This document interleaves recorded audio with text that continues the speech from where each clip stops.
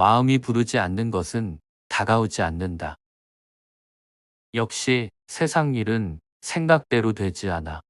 사람들은 인생에서 다양한 일을 맞닥뜨리면 무의식 중에 이런 식으로 단념할 때가 있다. 하지만 그것은 사실 원하는 대로 되지 않는 것이 인생이다라고 생각하기 때문에 그 생각과 똑같은 결과를 불러들인 것이다.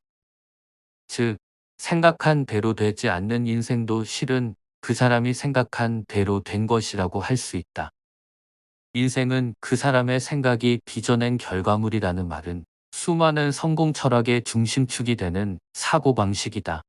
나 또한 숱한 경험을 통해 마음이 부르지 않는 것은 내게 다가오지 않는다는 것을 느꼈기에 이를 신념으로 삼고 있다. 즉, 이미 실현된 것들은 자신의 마음이 원해서 생긴 일이며, 이는 바꿔 말해 원하지 않으면 이루어질 일도 이루어지지 않는다는 뜻이다. 마음으로 간절히 바라고 추구하면 그대로 자신의 인생에서 실현된다. 따라서 무언가를 이루고 싶다면 우선 이렇게 되고 싶다, 이렇게 되어야 한다고 생각해야 한다. 그것도 그 누구보다도 강렬하게 가슴 뜨거운 열의를 품고 자신이 원하는 일을 몇 번이고 생각하고 소망해야 한다. 자나깨나 강렬하게 계속 생각하라. 마음 먹으면 되지. 마스시타 회장이 작은 소리로 되낸 이 말은 내게 일단 간절히 생각하고 원하는 것의 중요성을 일깨워 주었다. 댐을 만드는 방법은 사람마다 다르기 때문에 이렇게 해야 한다라고 일률적으로 가르쳐 줄 수 없다. 그러나 우선 댐을 만들고 싶다는 마음이 필요하다. 그 생각이 모든 것의 시작이기 때문이다. 마스시타 회장은 이렇게 말하고 싶은 것이리라. 마음이 부르지 않으면 방법도 떠오르지 않으며 성공도 다가오지 않는다. 그러므로 가장 중요한 것은 우선 강렬하고 절실하게 원하는 마음이다. 그렇게 하면 그 생각이 기점이 되어 종래에는 반드시 원하는 것을 성취하게 되어 있다. 누구의 인생이든 그 사람이 마음에 그린 대로 되기 마련이다. 원하는 마음은 씨앗이며 인생이라는 뜰에 뿌리를 내리고 줄기를 뻗어 꽃을 피우며 열매를 맺는 데 필요한 최초의 요인이자 가장 중요한 요인이다. 단 원하는 것을 성취하려면 그저 생각하고 바라는 것만으로는 부족하다. 엄청나게 절실히 원해야 한다. 막연히 그렇게 되면 좋겠다고 생각하는 어중간한 수준이 아니라 강렬한 영혼으로 24시간 자나 깨나 그 일만 생각하고 원하는 정도여야 한다. 머리끝에서 발끝까지 전신을 한 가지의 바람으로 가득 채워 내 몸속의 피가 아니라 그 영혼이 흐르는 수준이어야 한다. 그 정도로 일편단심 간절히 생각하고 갈망하는 것, 그것이 목표한 일을 이루어내는 원동력이다. 같은 능력을 지니고 같은 노력을 쏟아도 한쪽은 성공하는 반면 다른 한쪽은 실패로 끝나는 경우가 부지기수이다.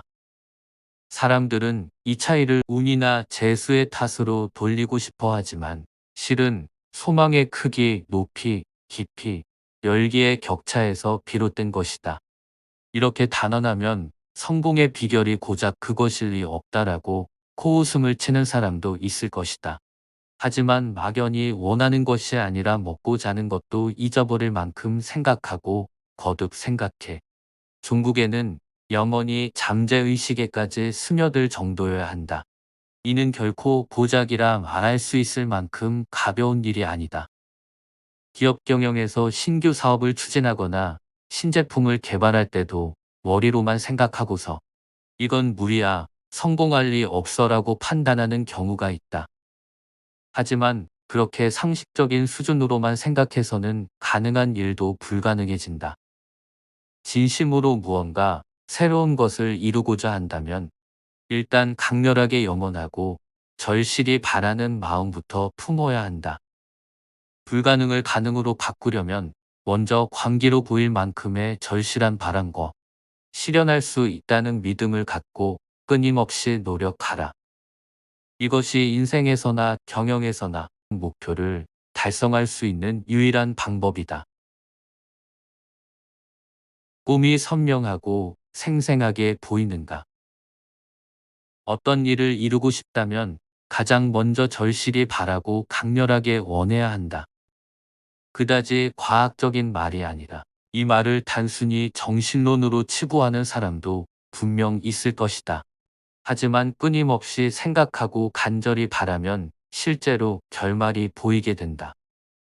그렇게 되면 좋겠다, 이렇게 되고 싶다라는 마음을 강하게 품어라. 더 나아가 그것을 실현해 가는 과정을 머릿속에서 진지하게 그려보며 수없이 시뮬레이션을 반복해야 한다.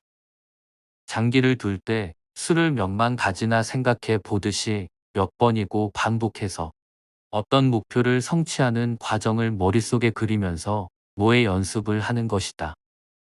그 과정에서 잘 되지 않는 부분이 있다면 기보를 그렸다가 수정하듯이 계획을 계속 다듬어 가야 한다.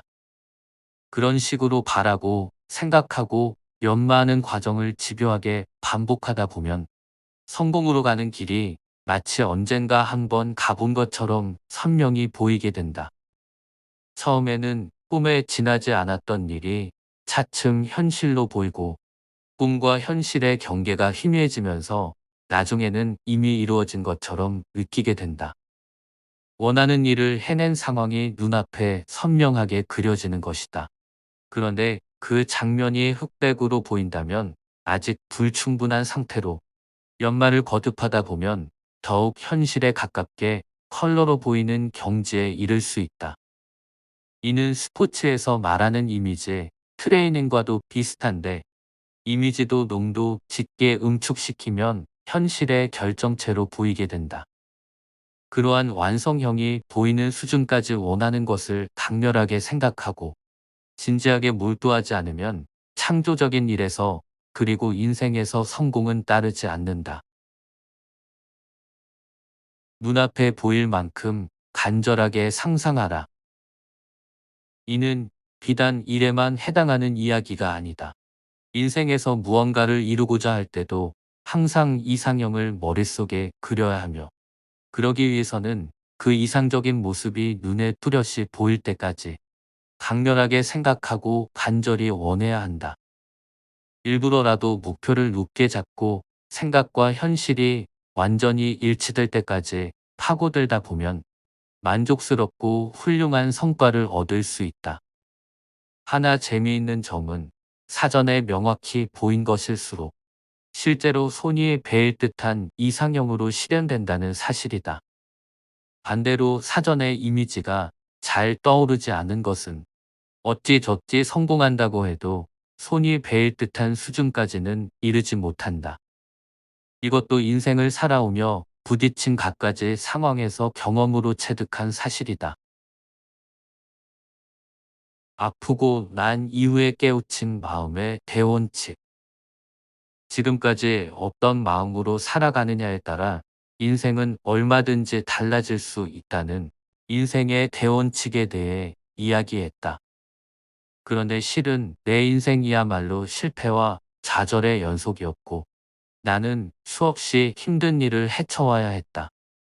그 지난한 과정을 통해 그러한 법칙을 깨닫게 되었다.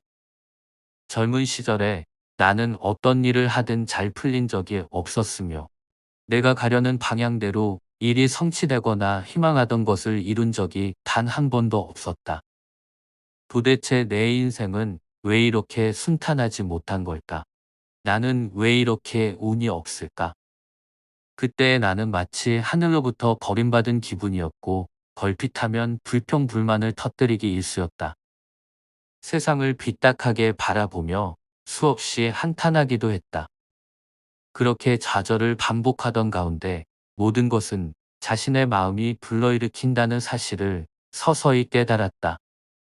가장 먼저 맛본 좌절은 중학교 입시에 낙방한 것이었다. 게다가 곧바로 결핵에 걸리는 바람에 내 좌절은 더욱 깊어졌다. 당시 결핵은 불치병 취급을 받던 질병으로 우리 집안에도 작은아버지 두 분과 작은 어머니 한 분이 모두 결핵 때문에 세상을 떠난 내력이 있다. 어렸던 나는 나도 곧 피를 토하며 죽는 것인가 하는 생각에 시리에 빠져버렸다. 미열은 계속되었고 몸에는 기운이 하나도 없었다. 허무감이 가슴에 사무쳤지만 병상에 누워있는 것밖에는 달리 어쩔 도리도 없었다. 그렇게 의미 없는 나날을 보내던 중 이웃집 아주머니가 나를 가엾게 여겼는지 이거라도 읽어보렴 하며 책을 한 권 빌려주었다. 종교인 다나구치 마사하루가 지은 생명의 실상이라는 책이었다. 중학교에 입학하기도 전인 어린아이에게는 이해하기 어려운 내용이었지만 나는 무엇에라도 매달리고 싶은 심정으로 모르면 모르는 대로 열중해 읽었다. 그러다가 얼마 안 가 그 책에서 이런 문장을 발견하고는 그만 충격에 얼어붙고 말았다. 우리의 마음속에는 재난을 끌어당기는 자석이 있다. 병에 걸린 것은 병을 끌어당기는 나약한 마음을 갖고 있기 때문이다. 다니구치는 인생에서 맞닥뜨리는 일과 사건은 모두 자신의 마음이 불러들인 것이기에 모든 것은 마음의 양상이 현실에 그대로 투영되어 나타난 결과나 다름없으며 병 또한 예외가 아니라고 말했다. 병도 마음의 투영이라니 이는 가혹한 말일지 모르겠으나 그때의 나로서는 납득할 만한 말이었다. 그도 그럴 것이 작은아버지가 결핵에 걸려 집 별채에서 요양하고 있을 때 나는 감염이 두려워 작은아버지가 몸져 누운 방을 지날 때면 항상 코를 틀어막고 뛰어서 지나가곤 했다. 반면에 아버지는 바로 곁에서 작은아버지를 지극정성으로 간병했고 형도 결핵은 그리 쉽게 옵는 병이 아니라며 그 근처에 가기를 꺼려하지 않았다. 나만 감염의 두려움에 떨며 작은아버지를 피해 다녔던 것이다. 그리고 천벌이라도 내린 듯 작은아버지 곁에 가기를 마다하지 않았던 아버지와 형은 모두 괜찮았는데 몸을 사렸던 내게만 결핵이 찾아왔다. 나는 그 책을 읽고서야 아, 그런 이치였구나 하고 무릎을 쳤다. 피하고 도망치려는 마음, 병을 유별나게 두려워하는데 나약한 마음이 재난을 불러들인 것이다. 이때의 경험으로 부정적인 생각과 마음이 부정적인 현실을 끌어당긴다는 사실을 알게 되었다. 어린 시절에 나는 마음의 양상이 현실 그 자체라는 다니구치의 말을 뼈저리게 느끼고 내 마음가짐을 반성했다.